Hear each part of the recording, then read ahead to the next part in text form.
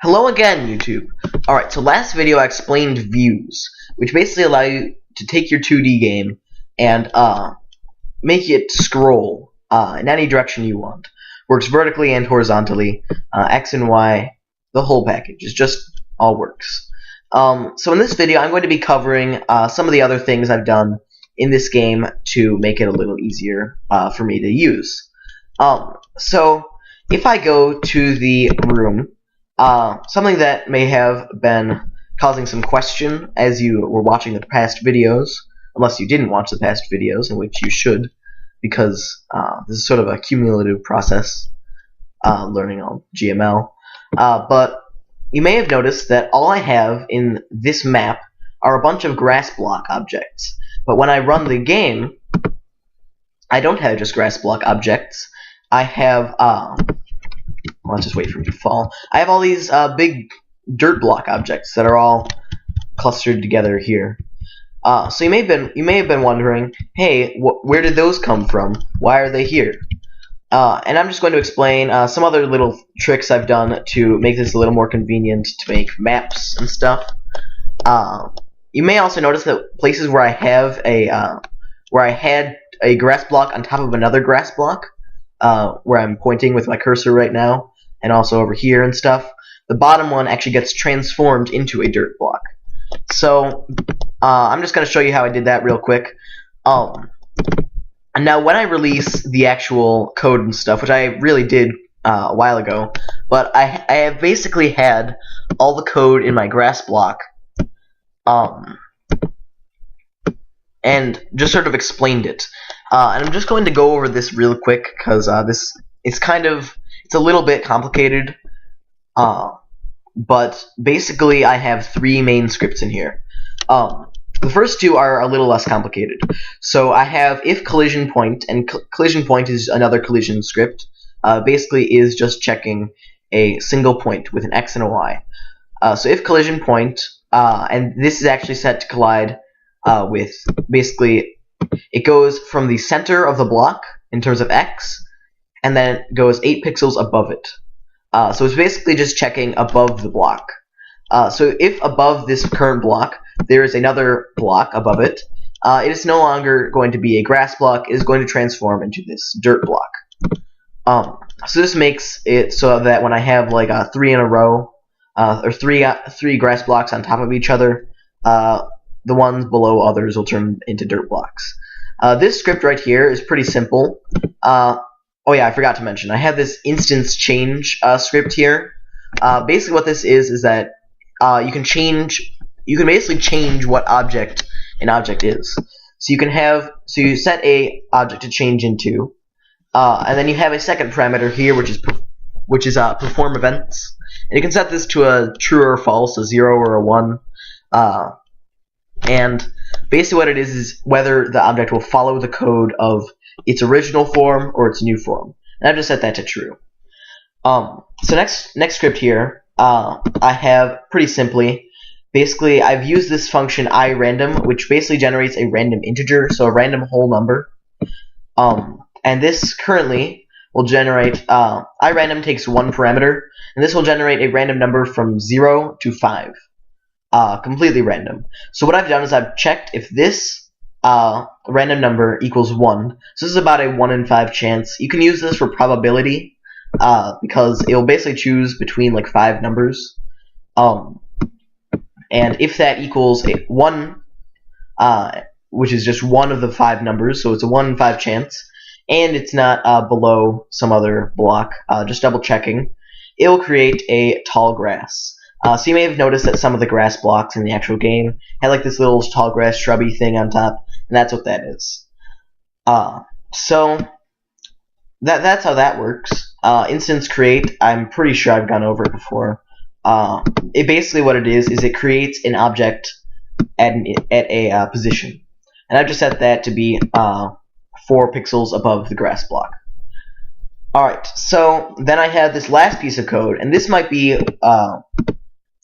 what this is basically I have this count variable which I define, and that count variable is set to be the y. So then I have this repeat block here, and I covered some repeat blocks in the past episode. And so what it does is there's this little script right here. So first it checks the room height minus y, which is basically getting the difference between the current block's y and the bottom of the map. Then it divides that by 16 to get the number of tiles that it is from the current block down to the bottom of the map, because each tile is 16 by 16 pixels. And so what I've done is I've just measured the number of 16s that it takes to get to the bottom of the map. So then I do -1 because I don't want to count the current grass block. And so what I do is I have basically this repeats, and I have this count variable. And so it's already set to the y, but then every time this repeats, I add 16 to it. And then I create another dirt block below the current block, so it's x, same x, it's not shifted horizontally any, and then it is count deep, so its y is basically count. And so what this is that, let's say I just start this off. So I have count equals y, and let's say my y is like 128 or something. That would be actually very, very tall in the map. Because less values are the highest ones. Like the least values are the ones that are the highest in terms of the map.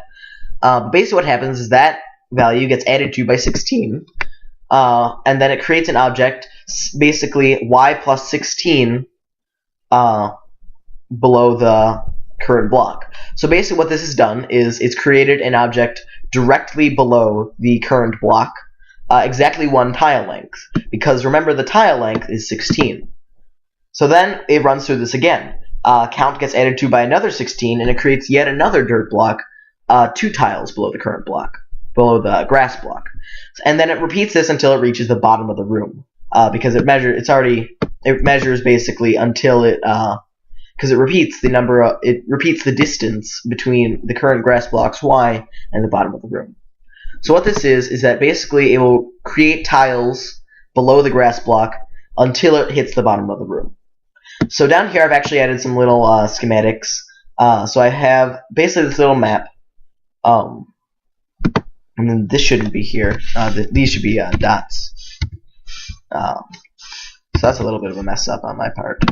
But as you can see, I basically made this little grid out of dots, and I've made these G's. And so this would be inside the room editor, and each G represents a grass tile. And so after running through this code, as you can see, the grass tile that was below another grass block has been turned into a dirt block. There are all these dirt blocks represented by the letter D that have been generated, and then as you can see, there's like a random shrub that generates up here. So yeah, so that's sort of how that works. And basically, I've just made life a little easier on myself. Let's see. So, I should just go over a little bit of the engine. So basically what I have is I have 2 main parents. I have the wall parent and the background parent. And so the wall parent is like the wall. And so I have a bunch of objects, like the gray brick and stuff. And they all have a wall parent as their parent. So grass block, dirt block, these planks and shingles, and these portcullis sprites.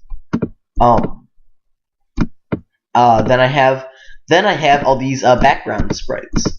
So there's like these background gray brick, background planks, background supports and stuff. And what happens with a background parent is basically I have no scripts in this whatsoever, well, except for draw. I forget exactly what I did there.